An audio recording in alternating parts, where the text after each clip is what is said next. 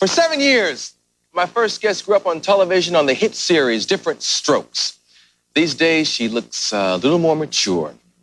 Here she is in the June issue of Playboy.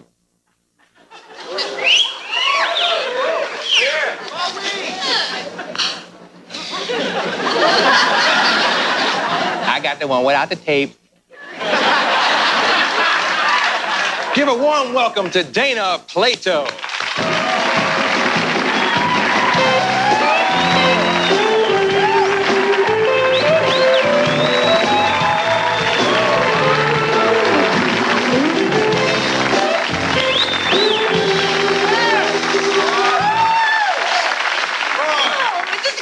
You got a lot of energy. Too much. Yes. Yes, I know. First of all, it's a pleasure to meet you. Pleasure to have you here. Thank you. You Yes, too. yes. And you guys too. Thanks. Yes.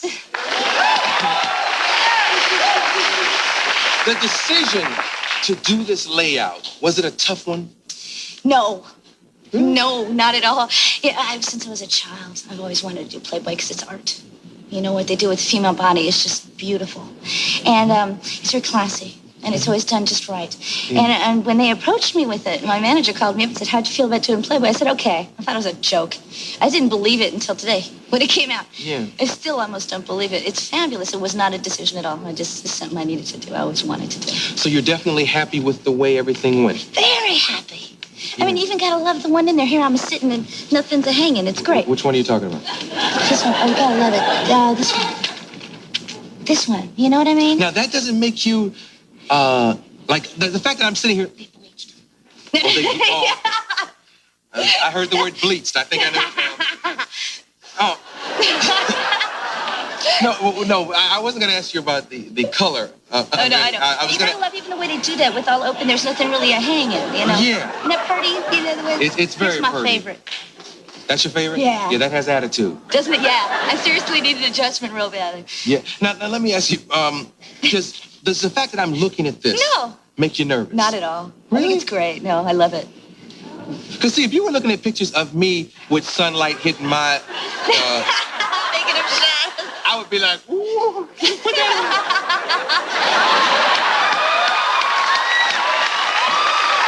I'd be very nervous. You know, very nervous. I love it. It's beautiful. Women's bodies, the female body, the human body is beautiful. If it's done proper, it's beautiful. Okay. It made me look like I dream of, shoot. Yeah. Yeah. When I was a child growing up, you know, I used to see these ladies, you know, advertising the beer, you know, and everything. And I still kind of look going, God, what happened? What's up, man? I'm still waiting for those curves. Yeah. You know, and I'm not getting them, you know, but they made them. It's kind of neat. Now, is this hard to do? How long does it take? That particular shoot was a 5-day shoot in Arizona, and it is very difficult because it's very uncomfortable. We're talking a cramp every minute, and you got to hold it and make yourself look right. So, like, just say, like, I'm sitting here looking proper to make it look right there. It'd be kind of like something like this, you know, for a few hours, and then it'd Which shot provided the most on the cramps? This one. That one? That one's very painful, yeah. The one she's speaking of is the one... Yeah, go ahead. Let's see. I wish we could just show the whole thing. She's talking... Gotta love that. She's talking about this one where she's... You didn't even show it. She could show that picture. She's talking about this one where she's like yeah, and this. like the whole thing is like, you know, oh God. Can you see that, Sandy? Did Sandy get that? Yeah. Now that's an uncomfortable position for you? Well, it was with the chair and the thing stabbing my... No, it looks very natural. It looks natural, but the thing was like the chair had things poking out into my back, and you know, underneath right up in here there was something hurting, and the whole process of the whole thing, and then the way they had me lifting was like on a pinky toe, you know, so it didn't really work anyway. And the funniest thing is when here we are in the middle of the Arizona desert, they throw a mattress in the dirt and they say, make it work. I said, wait a minute, I've never done this before. Yeah. No, they don't have any shots of it in there. Oh, okay. You'll see a few of those, like on other shows, they clip that. They use one of those mattresses, you know. And they got a pair of cowboy boots and a T-shirt on me. Make it work. And I really didn't know what to do with myself. You get paid for this kind of stuff? Yeah, a little bit, and it's the same thing for everybody. It's mostly the exposure. Exactly. Yeah. Exactly. Yeah. You know what I mean. Okay, we'll come. Oh no, I'm a strong guy. We'll come right back after this important message with more Dana. Go, Mike.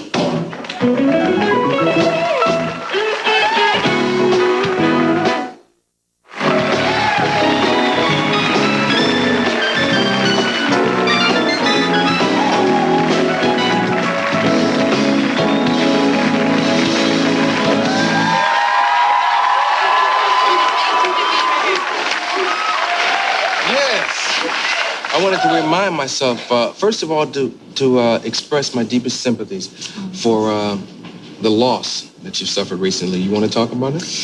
Yeah, I miss Mom's a whole lot. You know what it is I miss mostly is just her touch.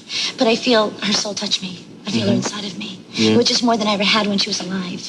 Why do you say that? Because, when your parents are alive, it's almost like, Mom, come on, I'm going to do what I want to do, and this and that. And you really don't appreciate what you've got in your mom. You really don't. And she's never... I feel closer to her now than I ever have. Like I was telling you earlier, I believe she's right here with me this minute, sitting. That's an interesting point. Sometimes we don't appreciate certain things until they're gone. Yeah, I have a few friends with their parents, and they're sick, or their parents are old, or what have you, and they just disregard them like they're yesterday's trash. And it's just... Come on, what's up? This is your mom. She's or your dad. She's not going to be here too much longer. Your sister, your blood, man. What would she have said about this layout? Oh, Mom, she would have loved it. She would have thought it was okay because of the way I did it. She wouldn't have approved or say like a penthouse. Or, and I'm not going to say penthouse anymore because they're trying to clean it up. But the icky stuff where things are hanging and flying and you're picking at stuff, And So are you one of those people who possibly believes that Mom still knows what's going on even though she's... Very much so. I believe there's something until she can go to a final, which is going to sound a little crazy here, spiritual stuff. Until she can go to a final rest, I think there's something she's got to accomplish with me seeing something that only she can show me. A direction thing, and then I think she can finally go and finally rest. Would it be corny for like a person like you to lay in your bed or get on your knees and No, and talk I just to did Mom? out there. Right up before I came out, I was on my knees and praying, talking to Mom and the whole thing. Yeah. Did you talk to Mom before you did the layout? Oh, yeah, big time. What did she say? I have a mirror in my house. I'll say it real fast. She used to have, I hate the mirror. I'm just very ugly. But she had it in her entryway, really. And I just, because it was hers, I wanted it. And she wanted me to have it. It was a weird thing specified in the way. I want her to have this. It's worth $12, the whole thing. But the thing was, when I was carrying it into my house, it was raining that day. And I got flashed with this light, this brilliant white light, and I couldn't see. I was blinded for a minute as I was coming through the door. And I believe my mom was in that mirror. And before I did the play outfit at night, I go in and touch it, and I say goodnight and everything. So I can feel the energy back. I'm not just sitting there being weird. I really can. And we talked about Playboy and all. She said, honey, baby, it's okay. You just make sure you protect what you are and take care of who you are and do it right. No. That's too deep to get under. I know, it really is. Never heard that one. Can we talk about Todd? Yeah, I just did a show in the Sally Raphael. I'm for those of you who've been frozen, I'm talking about Todd Bridges of Different Strokes, who's presently experiencing a lot of a lot of misfortune. junk, I just did a show recently, about 4 days ago. And then he was able to come on the phone and do the interview with us. He's doing good. I have never heard him so clear, so together, so righteous, and so God-filled, maybe, in my life. He's doing real good. And when he gets out, he's going to come out and kick butt on the industry. Now, you mentioned the word God-filled. That often happens to people when they go to jail. Yes. Was he... I know, you didn't mean it, but I know. You know what I mean? Yeah, it's true. Because you find yourself, and yourself is God anyway. Now, prior to this experience, was he always a God-filled kid? He's a Gemini, so he had two people inside of him. And the good side of him was always God-filled. Shine, pure, brilliant, white, beautiful light, the sacred white light, Excuse me. And the other side of him was pure black. And not talking skin color, but he was just pure black into the soul. Yeah. And so he was, but he wasn't. He was like a half-filled glass of water. Is it half empty or half full? Yeah. And now I believe he is a full glass of water with ice cubes even within it.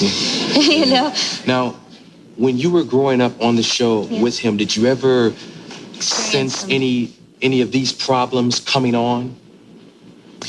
Todd's very sensitive.